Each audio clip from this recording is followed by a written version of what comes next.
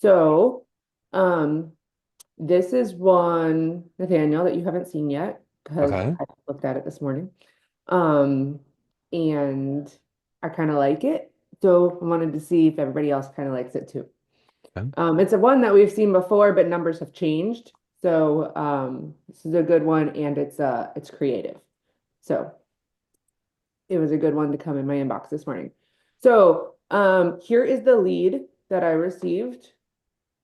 Um, Pretty basic. It gave me everything I needed with the exception of photos, but because it was one that I'd seen before, I've seen the photos. Um, so um, the address, bed, bath, square foot, no HOA, which is very helpful when looking at creative deals. Um, Entry, PITI, what's left. So basically, it tells me everything I need to know. If I don't have all this information, I can't correctly underwrite it.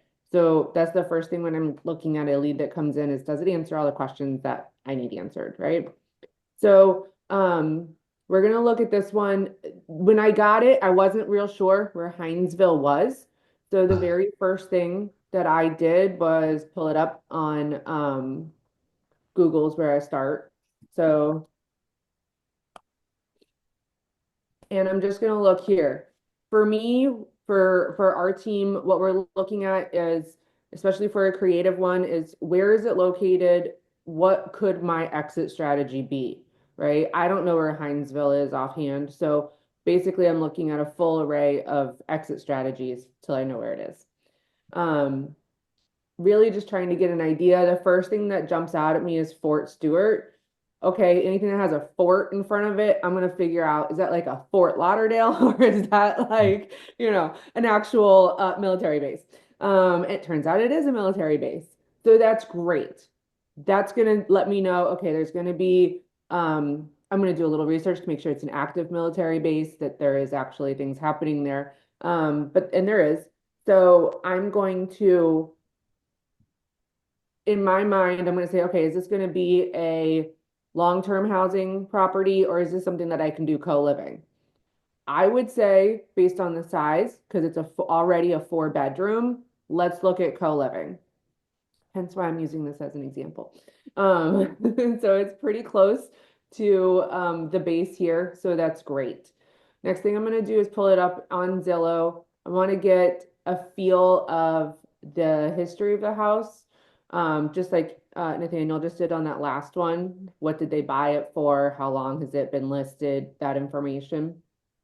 So I'm going to pull down here and confirm. See, this says it's a 3-2 with a bonus room. So I'm curious to take a look at the pictures and see, is it truly a four-bedroom? Or is it being marketed as a four-bedroom because of that bonus room? That will matter when it goes to us actually adding bedrooms, because I don't want to repurpose that bedroom if it's already being assumed to be the fourth bedroom. So great. I don't see anything in here regarding an HOA. The lead does say no HOA, so good to confirm that. Um, the description says that it's 2 miles from Fort Stewart. Perfect. That's great. It's a great distance. It's a corner lot. It's a fairly large corner lot. Um, and it does say right here, home features an add-on that could be used as a bonus room or an additional fourth bedroom. So my guess is in the lead, they're using that bonus room as the fourth bedroom. So again, pretty straightforward. I'm not seeing anything standing out here. It's been listed a number of times. Here you can see it was listed in 2024. They dropped the price, then they removed it this in February of this year. They didn't really drop the price all that much. And it was bought for about 200 in 2023.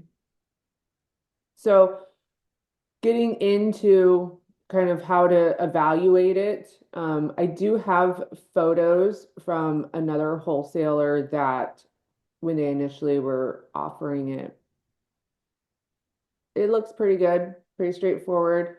Kind of doing the same thing that Nathaniel just did on that last one. Coming in the front door, what kind of floors are these? They're probably laminate. We'd want to take care of the ceilings more than likely, depending on the quality of them.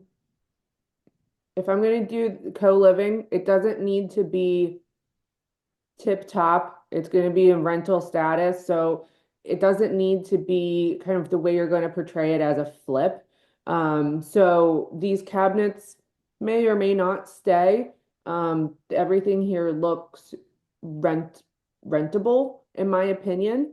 But it's really going to be based on the rest of the house, in my opinion. But they look fine. They've been painted. The kitchen looks nice. This would be the dining room. It is part of the kitchen. So more than likely that would stay and we would not convert that to a bedroom. If it was kind of a standalone room, we'd probably look at converting it. This is one of the bedrooms. Can't see a lot of the carpet in here, but the windows look nice. This is another room with paneling. It's also got, looks like it's got a drop ceiling. So my guess is this is the bonus room. Um, we might be able to turn that into a bedroom with some easy adding a wardrobe. That's the living room. We would definitely convert that to a bedroom. And then here's another picture of the kitchen. You can kind of see the rest of the area. Having a larger kitchen is very helpful in a co-living situation. If you think about it, if you have 4, 5, 6 adults living together, they're not going to be making family meals. They're going to be kind of doing their own thing. So you need to have the space for, someone to maybe be making breakfast, someone to be making coffee, somebody to maybe sitting down to relax, do whatever. Create that space that they have so that they are not on top of each other and it's a comfortable living space for them. So I love that this has this little area. We would leave that likely to be an eat-in area, maybe add another refrigerator, or some additional cabinetry if we were to maybe take out this space, depending on how much rehab we have space for. Bathroom, May I there's was Joanne. Mhm. I'm gonna. You mentioned that if you go back a couple pictures to the living room, when we're looking at a co-living property, we're thinking of how can we maximize, how can we get the most beds, typically. If certain situations like this military, for example, or for like student housing, we do consider leaving some communal space. Like these are brothers, so to speak, right? People that are in a very similar situation, being in the military together, being in student housing, they are going to want to commune. What Joanne was mentioning with like the kitchen, the size of the kitchen, where these are just strangers living in a house. That's when we get rid of the communal space. We try to put as many bedrooms in the thing as possible. That way we can maximize the income that we're going to receive. I also wanted to mention with the bonus room, when we're looking at things from a flip perspective, when you're thinking of adding a room, it needs a closet and it needs egress. When we're looking at things as a co-living, we don't have to add a closet in there. We can just put a place for them to store. Joanna mentioned a wardrobe. She just brushed over it really quickly. I just wanted to point it out. Like we just need a wardrobe. We just need a place where they have it's kind of a closet, but it's a place for them to store their clothes and their, belongings. So yeah, different than when we're looking at it as a flip, whereas like if you want it to be a true four bedroom, it needs to have that closet. It needs to have a real actual closet in there. So I just wanted to point that out real quick. Thank you for pausing.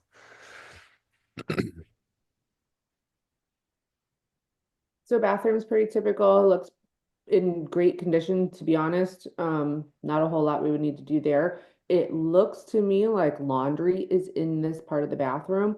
That looks to be like the inside, considering there's a laundry basket there. So it's not ideal in a co-living situation for it to be in the bathroom. But there might not be a solution there. There might be if we can pull it to the other side of the wall, but we can't really tell from these photos. Again, the house looks like it's been really well kept. It's in good condition. That's very, ideal. Those were the pictures that were sent to me. Kind of going back to these were from the last listing, so they're not going to be completely up to date, but it might give you some bigger perspective of the house being empty. You can see this is before they painted the cabinets and whatnot. So again, pretty straightforward. Looks like they may have done some work to the bathrooms as well. Nice backyard. It does not have a pool any longer, I don't believe. So kind of put going to numbers. again, going back to the lead that we received, um, I'm going to plug this into our calculator here, but I think I need to have this over here in order for me to work it. So the PITI that I was provided with is 1701. There's no seller finance piece and there's no HOA, there's no solar, there's nothing else that would be in our monthly considerations, just the PITI. So I'm going to drop down to the down payment. On this one, the down payment is 20,000. Again, no arrears, no wholesale fee, no agent commissions, nothing else that I need to figure there. On renovation costs, it depends on how many bedrooms we're going to add. And so I always play conservative with the numbers as much as I can. So I'm going to add a big number here to see where the numbers fall. And then if we're close, maybe we can go back and reevaluate that rehab. So let's just throw in 30,000 here. Get some work maybe in the kitchen, floors if need be, and paint throughout. It didn't look like it needed anything heavy, so that seems to be a pretty fair number.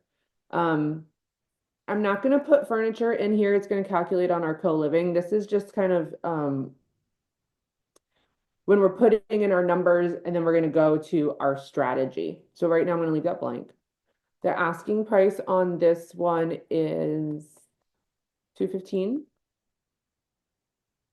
The square footage on this one is 1410. I looked it up previously. Long-term rent on this one is about 1,800. You don't necessarily need to know that to comp it for co-living. However, one of our policies is that it has to break even long-term. So we put this in there. If I'm paying 1701 PITI each month, that is indeed less than what we would be making long-term, albeit very minimal. There's no room in there for anything else. And then if we're going to look at this for co-living, I put in here that I think we can do 6 potential bedrooms on this one. That would be the living space. But I was looking at this as already being a 4-bedroom. So now I don't think that it would be 6 bedrooms. I think it would be a total of 5. So that would be closing in that living room. If we were not going to close in that living room and leave it as a communal area, then that would drop back down to 4. And in a few minutes, I will show you what that does to our numbers, because when you're looking at co-living, you have to think about occupancy as well, right? If you're not doing a 12-month lease and you're doing either monthly or weekly, you're going to have a lot more vacancy. So you want to look at what your numbers will be if you're not fully occupied, because more than likely there will be quite a bit of time where you're not fully occupied, whether you're at 90% or 70%, depending on how many rooms you have. That can really make or break your numbers. So it's something good to know ahead of time. So on this one, I'm going to put 5 potential rooms. So in order to plug in our monthly room rate and our weekly room rate, the first thing I'm going to do is go to Furnished Finder. We use that as our comp for our monthly numbers. And I'm going to type in Hinesville.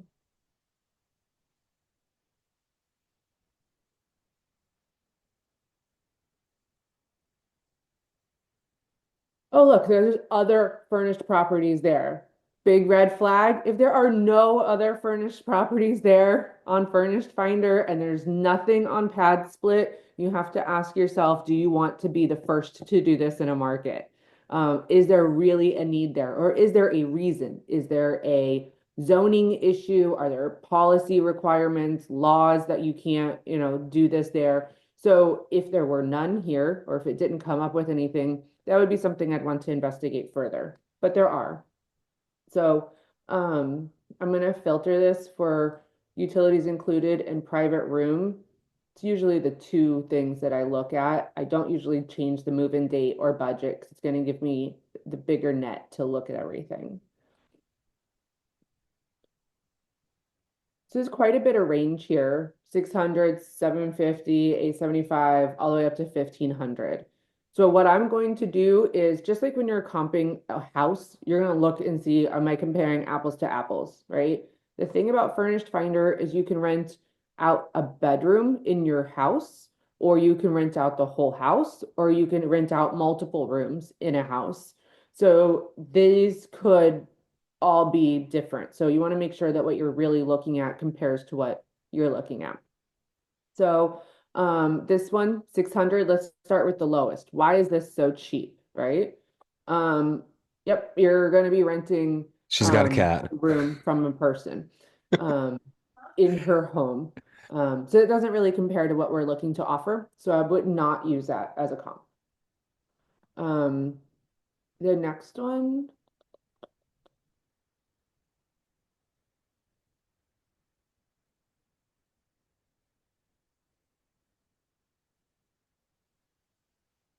comfortable room inside of a home unoccupied by owner on a full-time basis. I'm not really sure what that means.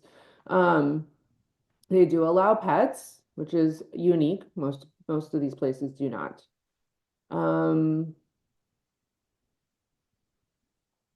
it doesn't really tell you if there's other rooms um, in this property or if it's just the one room.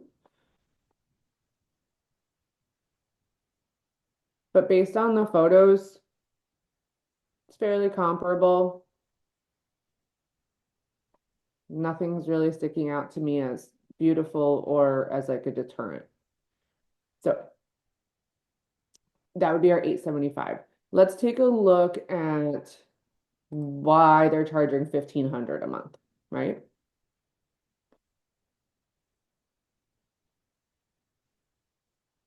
All right, so you're looking at this one as like an Airbnb style.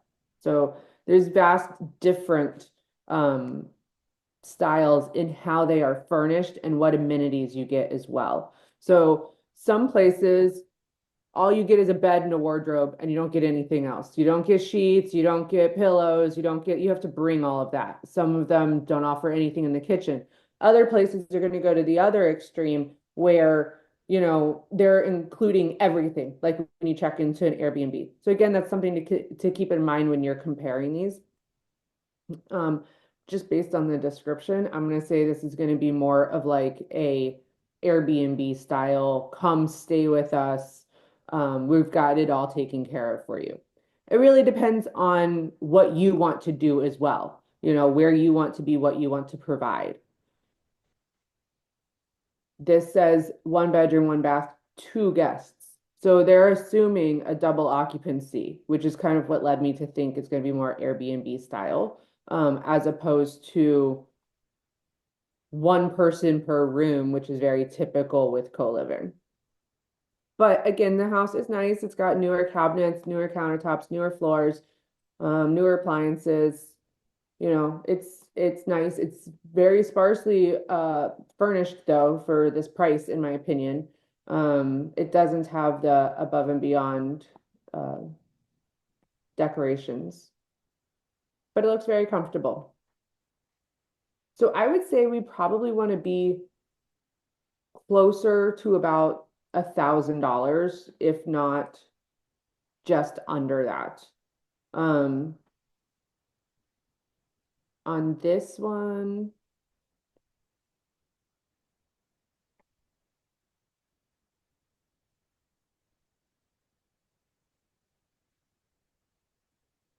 I'm not quite sure. I mean, it looks like it could be more of like a midterm rental. It's got more decor on the walls. It's got pictures of people on the wall, which sometimes means that you're staying in somebody's home. Um, it's a fairly large home. It's got a drum set in the picture, so my guess is you're probably renting from an owner, in this case, or with an owner in this case. So back to the calculator. What numbers do we put in here? I would say based on kind of the average here, let's go with 900. We're gonna make it nice and clean. We're gonna put in, the furniture. It's gonna be furnished. It's going to have the security system. There's not a lot of competition in this area. So I do think we can price a little bit higher than some of those other ones, but not quite. We definitely don't want to be the most expensive by far. So I'm going to put 900 in here for the monthly rate. Now on this one, when I went to pad split,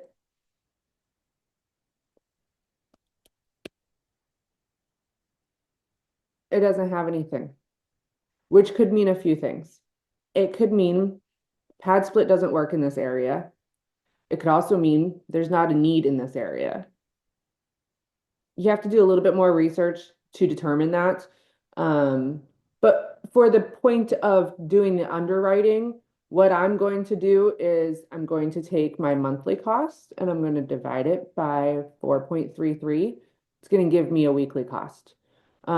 Weekly costs, you can add a little bit of a buffer for kind of that surcharge for being weekly. So 900 divided by 4.33 is 207. I'm going to go in here. Let's just do 225. So our calculator, we've plugged everything in. What I'm going to do now is look kind of at our co-living evaluation. This is going to be on a co-living property, everything that we could imagine that could be an expense to us. We definitely underwrite conservatively, so we try to include everything. It's a lot bigger to say it's going to cost us X, and then how do we narrow it down? Instead of going into a deal saying it's going to cost this, and then it ends up costing us 2 times that because we didn't account for it. So what it's telling us here is our expenses versus our monthly income. We're bringing in quite a bit of profit here, but let's see how that whittles down, right? So we plug in the down payment, our acquisitions fee, closing costs, TC, the renovation costs. Didn't I say 30? I think that pulled over correctly. Um, our holding costs, we do 4 to 6 months. That may seem like a long time, but if you consider we're going to be doing some construction and then we're going to have to furnish it and then we're going to have to market it, I'd rather hold for longer, at least have those expenses up front, in case we aren't able to get fully occupied or close to fully occupied. This is where, again, where you've got furniture. This may be something that you want to share, play with. In certain markets, it may need to be higher. In some other markets, it may need to be lower.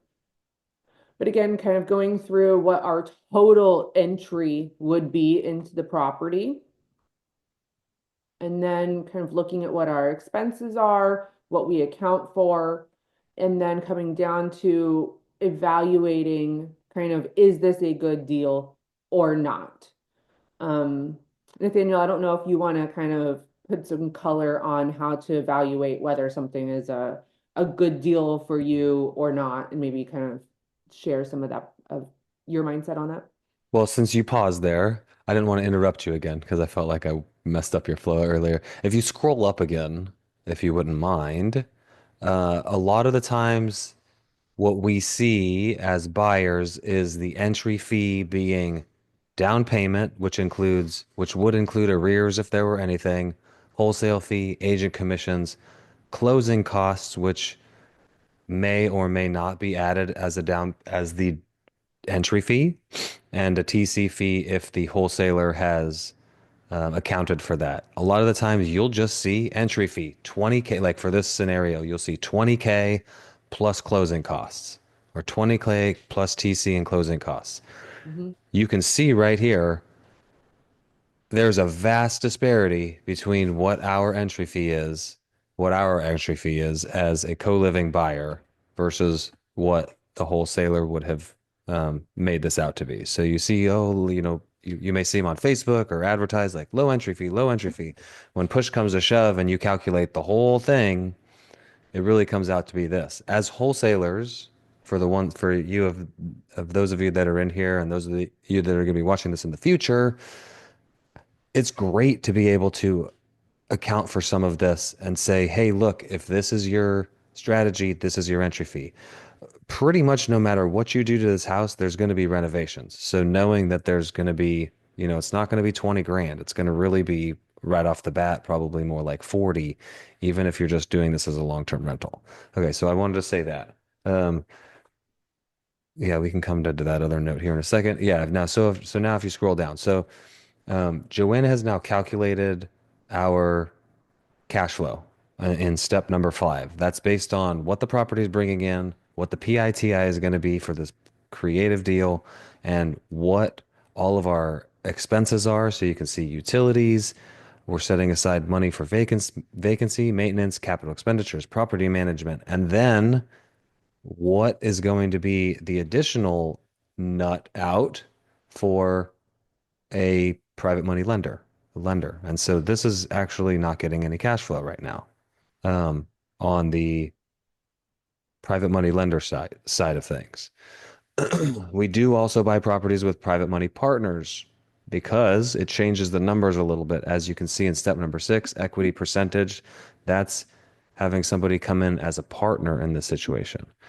For us as buyers, we're looking for 10% cash on cash return after a private money lender is paid. So that's why that thing populates in red. I think if you probably were to highlight over that, it'll show that like it's red. And so It's not you can red see anymore. like this thing will make cash on cash return almost 12%, 11% or so if we were to just fund the whole thing ourselves. Um, is 10%, is 11% that great of a return? Yeah, it's a good return. It's better than you're going to get most places. You're getting the ownership, the benefits of the ownership. You're getting depreciation, appreciation over time. You're going to get rent increases. So if if this were just us looking at this deal, we would buy this thing. But we buy with private money partners and private money lenders. So it would be hard for me as the buyer to go raise money for this deal, being at I'm gonna be offering 5.5% return to somebody. As somebody that's going to come into a partnership, they're going to be looking for typically at least 8% return on their money because there's plenty of deals out there that they could go park their $90,000 into and get a better return on their money. The reason a partner's willing to come down a little bit, whereas a lender, you're going to be looking at 12, 15% they want on an annual basis, is that they do get the benefits of being an owner in the property. So a private money partner looks at things a little differently. Did that answer the question, Joanna? Yeah, I Kind of, think kind of. so. I thought Okay. you could explain that a little bit more Yeah. eloquently. Uh, I did. Oh, Oh, go ahead. Yeah. I just wanted to say I wanted to go back and show you what the difference in these rooms, like how many rooms you can do, what that does to your numbers, Mm. right? Um, so again, this is a max of 5 bedrooms. If we were to maybe pump that up to 6, let's just see what that does. That almost just under doubles your cash on cash back, right? So that was what this was like 4 something each month, and now it's almost 7. So that 1 bedroom at approximately $1,000 a month, it's going to change things. If there was enough square footage to add, if it was actually a 4 bedroom. So what we usually do on a typical co-living, where we're not going to have communal areas, is you're going to close in the dining room, you're going to close in the living room. And so typically you can get those 2 extra rooms. Um, there's no true dining room here. But if we were to be able to go to 7, look what that does. So some houses only work co-living if you're able to add enough rooms, which is why a larger square footage home is going to be ideal. Um, but yes, I would agree that dropping this back down to 5, that's what we had it at, right? Yeah. It's no longer ideal for us. On that note of the bedrooms too, this is our preference as a company is that we don't like to go more than 3 beds per bathroom, per full bathroom. If you look at pad split, they're okay with 4 beds to 1 bathroom. Having been in the Marine Corps and having shared a bathroom with 3 other people, it's not ideal.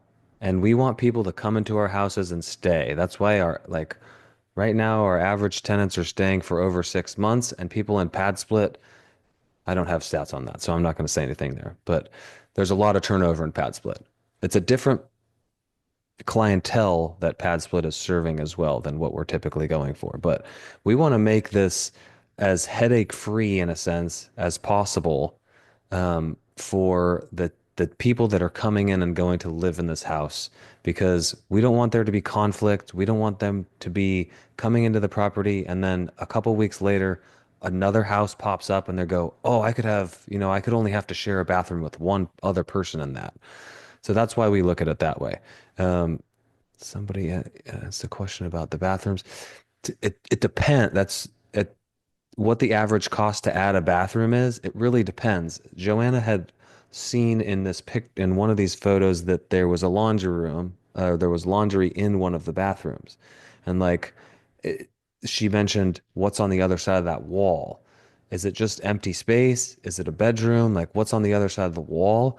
Because if it's as easy as I can just take that laundry out and put it on the other side of the wall, I don't have to relocate plumbing. I don't have to think about running new plumbing. So it really depends on the layout of the property, how much it's going to cost to add another bathroom. Because if I can literally just go add a bathroom on another side of a wall, plumbing doesn't have to get ran very far. But if I'm running plumbing to, the other side of the house, it costs a lot more money that way, especially if it's on a slab. You got to pull up, cement and things like that. So I know that's not the answer to your question, Sandra, that you were probably hoping for, but um, you mentioned, Joanna, that you had previously ran this as a long-term rental, or you looked up what the long-term rental was. And I was wondering if you would go through that real quick, just so everybody can see how you came to that 1,800 number. So, before I get to that, one other thing, when you're considering a house for co-living, you you have a number of bedrooms, let's say this one we were going to go with the 5 bedrooms, we need to have parking for 5 people. And this can become a challenge in some areas that don't allow street parking or that doesn't have an adequate driveway. I am going to go back to this photo. This is just street view of the house, right? Because it gives a better look. This is a pretty long driveway. It looks like we would even have the ability to extend it if need be. I don't see any issues. Plus, there's also this huge lot right here. I don't see any issues with parking at this property, but we've looked at a ton of properties that are more local to the central part of a town, a city, where parking is a challenge. And if you've got a property that you're going to have 6 adults staying in and you only have parking for 1 or 2 cars, that's something that's going to be possibly a deterrent. Do you have a bus stop right out front? Are most of your clientele going to be taking that bus or walking? Um, Great, maybe parking's not an issue. Is it a city that driving isn't the normal thing? It's a foot traffic city. Great, not a problem. But in Hinesville, Georgia, you're gonna need a car. So you need to make sure that you have an adequate parking and that the street parking laws will accommodate your plan. Just something to keep in mind. So going back to how to long-term rent comp.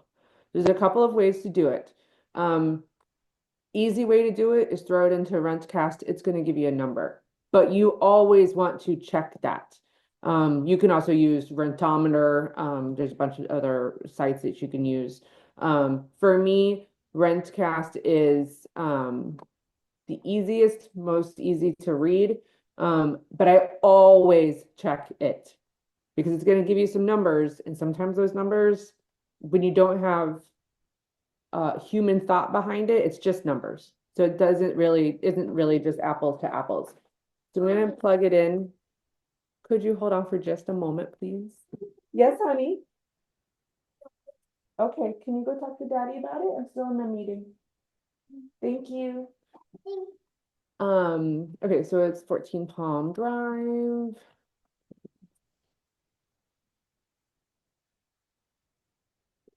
Okay, so it's always gonna pop up.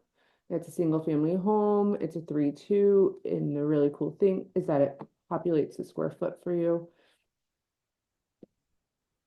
So this is gonna say 1710. I said 1800, right? So why was I different? So it's going to give you what comps it used. Um, and I'm sure that if you pay for this, it gives you a lot more information. This is just the free version. It's going to say here, this number is from 197 days ago. This one's from 106 days ago. It may just be that these were all rented then. That's great. But because of that, I wanted to go double check it. And I want to look at why this one's 1500 because the other, the others were a little bit higher. So, okay, thank you, honey. Number 2 and 3 are right across the street, so that's great. So what I'm going to do to check that is go back to Zillow. I'm going to zoom in. It's on Palm Drive. So it's on this road.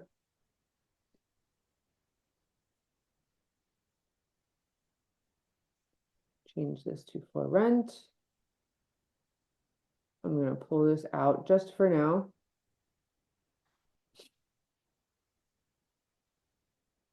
I don't have anything else in my filters. So taking a look at this, we've got some parameters to look at. We've got Veterans Parkway here, Elma G. Miles Parkway here, and train track here. That's a fairly good perimeter, I think, to be looking at to kind of start with. So this one, you can just look at, okay, so ours is a 3-2, but adding a closet, we can make it a 4-2 quite easy. So I'm gonna market it as a 4-2 because I can add in that closet and get more money for what we're wanting here. A 4-2 at 1,400 square feet. Okay. This is a 3-2, a little bit larger of a house going for 1,800. You always want to look at the pictures because it's going to tell you whether the house has been rehabbed or not rehabbed, how well it's been rehabbed, and whether it's truly going to compare to what you're planning to do or not. Like this to me is not a rehabbed house. It's been fairly well taken care of, but anytime you've got the dark wood doors, the dark wood trim, it's probably been there for a while, right? Um, Coming down to this, his price history is going to be just as important as when we looked at it for anything else that you're comping, right? It was listed for rent in October for 1,900, and then they dropped it, and then they dropped it, and it's been listed since then. That might be an indicator that the 1,800 is too high for this property. It could be an indicator of a lot of things, but that's what we're going to take it as. If it were me, if it's been listed since November. This is another 1,800 one. You also want to look at the style of the house. You want to look and see if it's comparable to yours. If you're looking at a single floor ranch house and you're comparing it to a 2-story newer construction house, they're not really the same. So this one's a 4-2 at 1,500 or 1,563 square feet, listed at 1,750. It doesn't have any pictures. So it's not very helpful. Probably why they're still on the market. So it was listed for rent in November. Listing was removed. It was listed again in February. My guess is either they had a renter for a very short time or they took it off, did something to the house, and then put it back on. But again, it's been listed now for just a couple of weeks. So we'll see kind of where that goes. But with no pictures, it's kind of hard to compare. You can do search on other sites, you can look at all of the other sites that you can. Sometimes sometimes Redfin has pictures that Zillow doesn't. Again, kind of the same thing. This one, 1350. It's only a 3-1 and it's not been rehabbed. I'm gonna say it's probably not a good comp, just because of the size and the fact that it's about the status of the houses right now.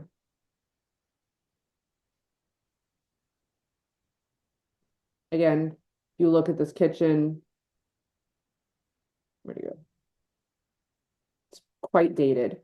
So if we wanted to rent it long term, we wouldn't have to do anything to the house. We could probably rent it as is with minimal paint and leave it as such. But you're not going to get top dollar. This one's listed at 1550.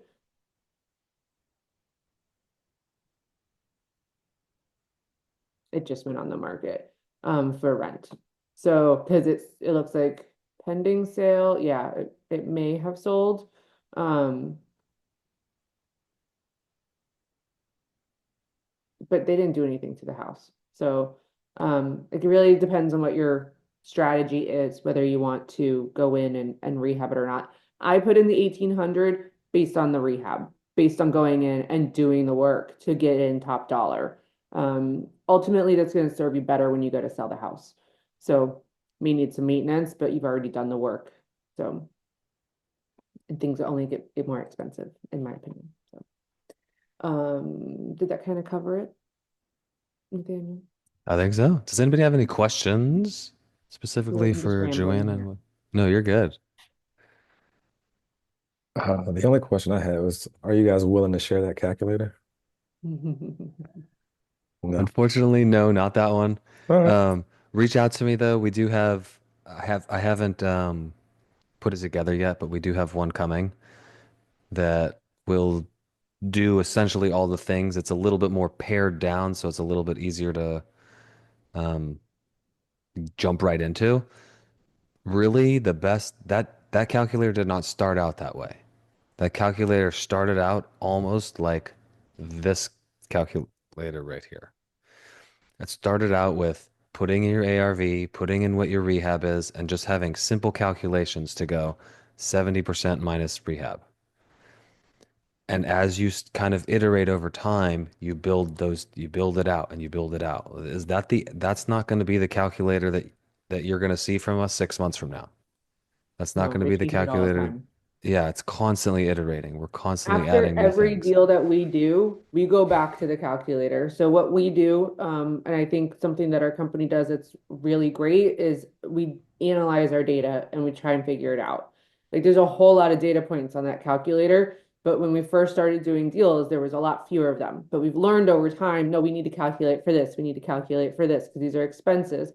So after every deal, we'll go back and reverse engineer our process to say, you know, how much was the closing cost on this one? What did we expect it to be, and how did that compare? What changes do we need to be? I think I'm looking at the calculator right now. We have added so much more just on our own evaluation of things. What did we think it would cost to furnish this house versus what did it actually cost and why? We've done a house, our house in Montgomery, we switched out every single internal door. Do you know what comes with switching out internal doors? Hinges. You know what else comes with that? Doorknobs. Those are things that when you're looking at a rehab overall, we didn't really account for that. Those things add up when you have it's an old craftsman style house and you have 6 bedrooms now, and doors and closet doors and things like that. So it is something that you know, is more of an experience because some people wouldn't have changed out those doors. Some people wouldn't have changed out those, hinges. So it's really you have to start somewhere. But my encouragement to you would be always be evaluating what you're doing so that you can always process, improve. Raffle, you came off on mute. Yes, I came up on mute. I have two questions. Joanna, great presentations. Thank you for sharing that. Really helpful. You jump in straight to the property, and I wanted to ask you a question. What determines the exit strategy that you're considering when you receive the property? Because you said you received the property. And do you go straight to co-living or you have multiple strategies that you're considering and you're solving for each one? Great question. So, initially, when we first started out, it was okay, we're going to get leads and we're going to try and close every single one of them. How do we do that? So, you need to determine what are we going to do with this house. So, you can do a long-term rental, you can do a short-term rental like an Airbnb, you can do a midterm rental, which is typically furnished but not a 12-month lease, but you're renting the whole house. So that may be a 30-day rental or it may be up to 12 months or longer, but it's furnished. And then you have co-living. So when I get a lead, we're going to look at it and say, what fits best? I can't dictate that. That property is going to dictate that, right? Where is it located? What are the demands for that house in that market?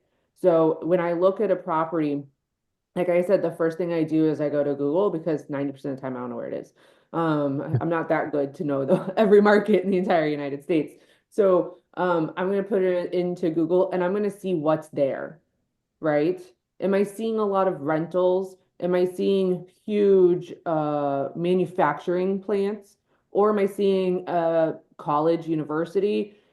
Am I seeing none of that and it's just the suburbs? Or is it in the middle of nowhere and the closest grocery store is 45 minutes away? So knowing where that property is will help you dictate what exit strategy is best for that house. And then it's really up to you to determine what strategies you want to play with. If you're Makes sense. looking to do long term, cool, you have a lot more opportunity because almost any property can be a long-term rental. But if you're looking to do a short term, Airbnb style, that's really going to limit the properties that are ideal for that. Um, so co-living is a great, it's probably newer to the industry than a lot of the other, but it really depends on the location. If your house is in a Section 8 community, co-living may or may not be the best bet.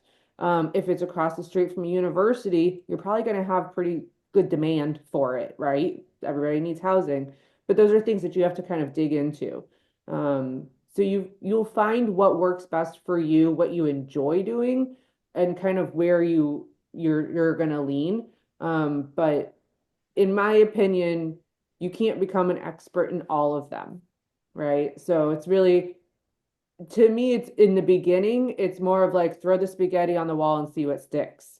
Find what interests you, find what you're looking at lead wise, and kind of go from there and see what works best for you. Makes sense. That's very helpful. And the other question I had, I didn't notice on a calculator what vacancy rate do you assume? And first, maybe it was there, you already calculated this, or I just missed that. If not, what is it that from your experience, that you assume the vacancy rate would be? Very good. Let me get my calculator pulled back up here.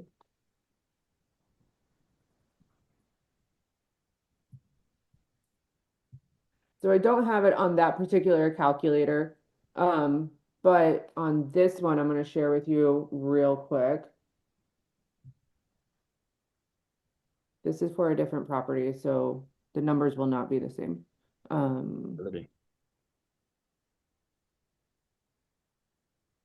Okay, you see this now? So this is a different property. This is an old one, so I don't even know what property this is on. But what we've got here, is this one, we were looking at 7 potential bedrooms, Mhm. with a monthly rate of 900 and then 210 for the weekly rate.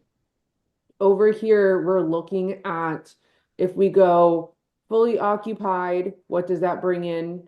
That's at full 7 bedrooms or at 70%. So in my calculator, what I could do is go plug in, instead of that fully occupied number right here for the monthly income, which is going to give me a 20. This is a nice number, right? That's a great number. That's exactly Yeah, what we're great looking number. for. But it's 70% on a 7 bedroom. You're probably not going to be fully occupied all the time. So if I plug that in, what does that do? It increases it? How did I do Yeah, what the heck? Yes, it's go down to 1,000 and it's gonna. that? Maybe I need to add it up here somewhere.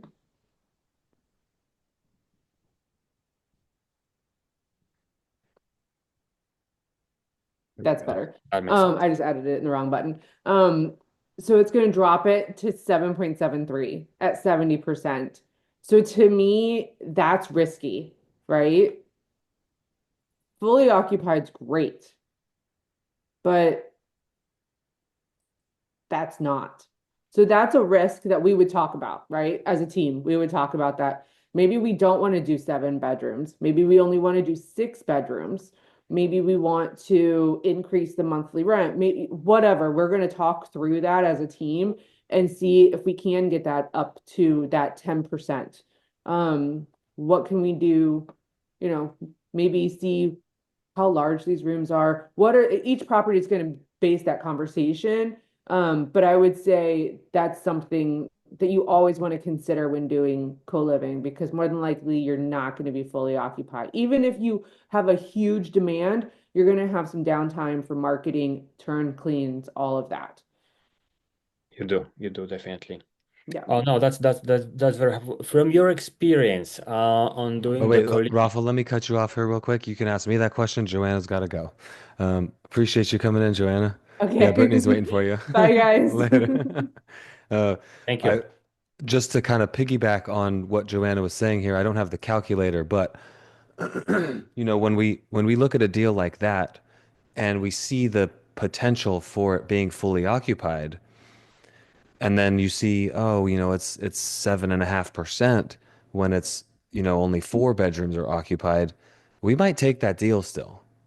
And we might just go, look, we're going to guarantee to the PMP that they're going to get X amount of percentage. I'm just going to say a number like 10%. And until it hits five, we're not really making money.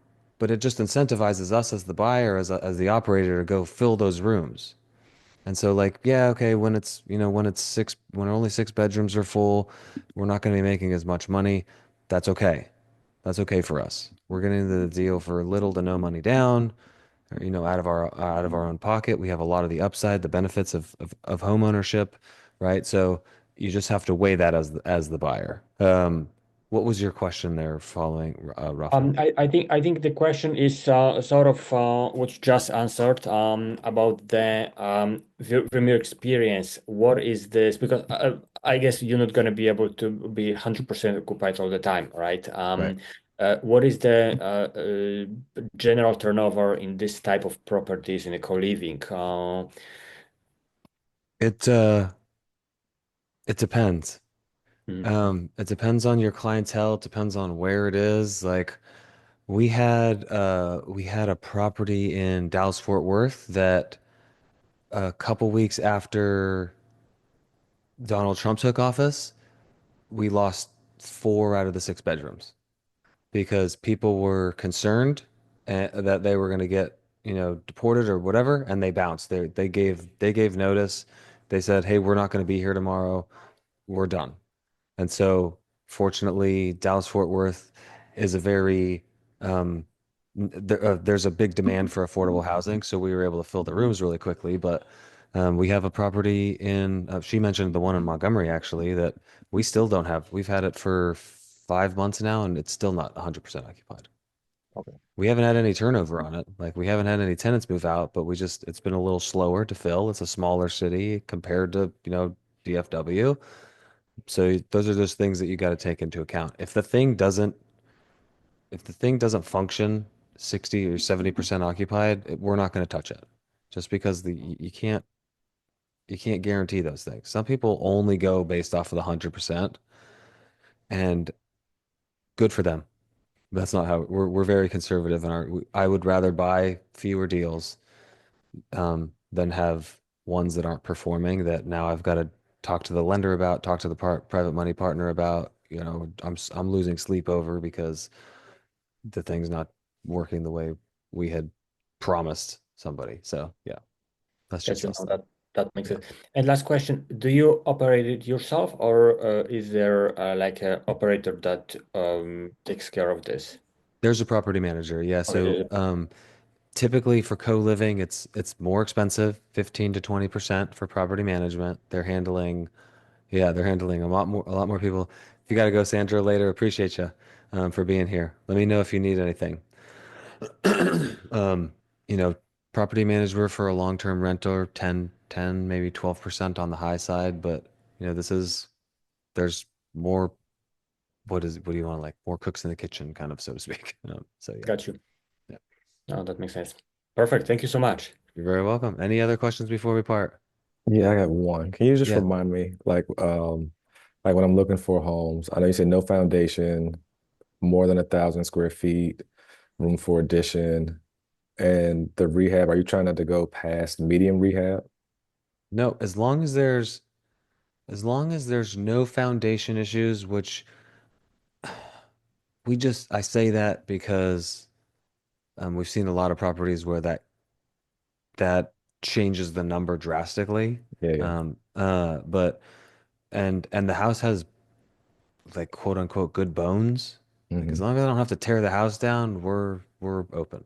So we take the last handful of projects we've done flip wise, we've taken it down to the studs. And in some respects, it makes it easier because you know exactly what's behind the walls now. If things need to be changed out, it makes it really easy. You just go in there and redo the whole house. We've done that because uh, the drywall was bad, and so you're like, well, we're taking 70% of the drywall out. We might as well take the 30% out and just have the whole house redone. One we just did here locally, the we had noticed some soft spots in the floor, and so we had to account for floor joists and redid all that. So no, yeah, as long as it's got good bones and we don't have to tear the house down, we're open. Okay. Yeah. And do Does you that help? have, I'm kind of, Kind of. Yeah, okay. um, I'll try to adjust. Do you have like a sheet that you reference for rehab costs or estimates? So pretty much, unless the thing is turnkey, like literally I can just turn around and put it back on the market, Hmm. 15 bucks a square foot. So that's like really light rehab. That's paint, outlets, little just light fixtures and things like that. And then flooring and not the whole house. As we go up from there, now I'm adding a bathroom, 25 bucks a square foot. I'm adding a kitchen, 35 bucks a square foot. And then as you start to have to take down walls and stuff, now we're going 45, pretty medium to heavy rehab. What we looked at earlier, where it was like, dang, this whole house needs to be redone. We're looking at, 50, 55 bucks a square foot. Okay, that And that's helps. like, I mean, that's replacing when you're looking at that like big number, that's roof, why, electrical system, plumbing. That's a whole, I mean, you're redoing the whole house. For 55. So you don't care about how much work you have to do as long as the numbers work, the numbers work. That's it. All right. Yep. Yeah. And she mentioned that 4 to 6 months when she was talking about the co-living. Typically, we're in and out of a deal in about 4 months. That's our average Mhm. turnover from purchasing it to we closed on selling it. When you're looking at something like that, where it's a much bigger rehab, we just account for holding the property longer. Yeah, the purchase price, or the ARV, for the most part stays the same. Of course, over a span of 6 months, it could change, right? But Mhm. the ARV is going to stay the same. The rehab number, we know it's kind of factored in. We always add 10 or 15% just in case stuff. But then what does change is holding costs, right? There's a cost for us holding the property money wise. There's a cost tax wise, insurance wise, utilities wise. it's not typically huge, but 5 grand could change depending on your ARV, could change the buy point. So yeah. Hmm. Okay. All right, that helps. Yep. Well, we are 10 minutes over at this point.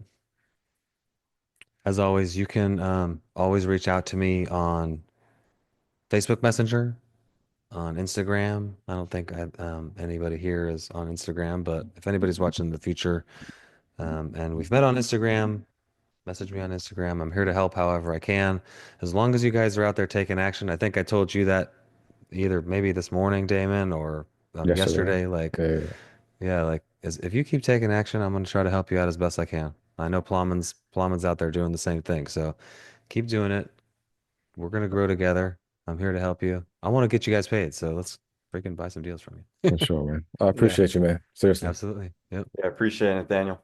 Yep. You're very welcome. I hope to see you guys in the future. If you're getting my emails, that's a great way to stay updated on this. And we'll talk soon. All Later, right. one.